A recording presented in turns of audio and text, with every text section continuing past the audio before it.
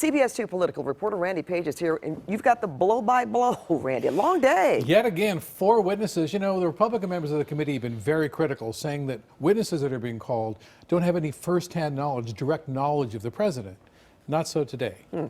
That's because of the 4 people who testified today, 3 of them had first-hand knowledge of that July 25th call between President Trump and Ukraine's president. They listened in the entire time. Do you swear or affirm that the testimony you are about to give is the truth, the whole truth, and nothing but the truth, so help you God? A jam-packed day in the impeachment inquiry of President Trump. 4 key insiders told lawmakers about the Trump administration's dealings with Ukraine and whether the White House withheld aid until that country investigated Joe and Hunter Biden.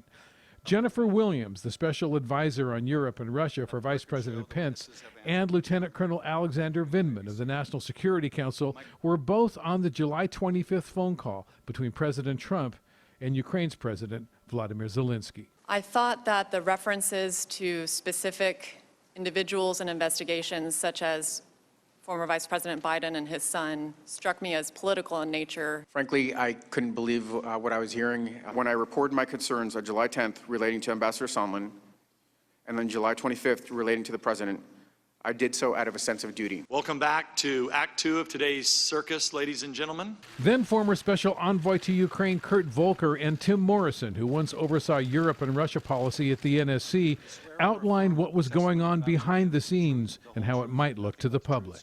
At no time was I aware of or knowingly took part in an effort to urge Ukraine to investigate former Vice President Biden. I feared at the time of the call on July 25th how its disclosure would play in Washington's political climate.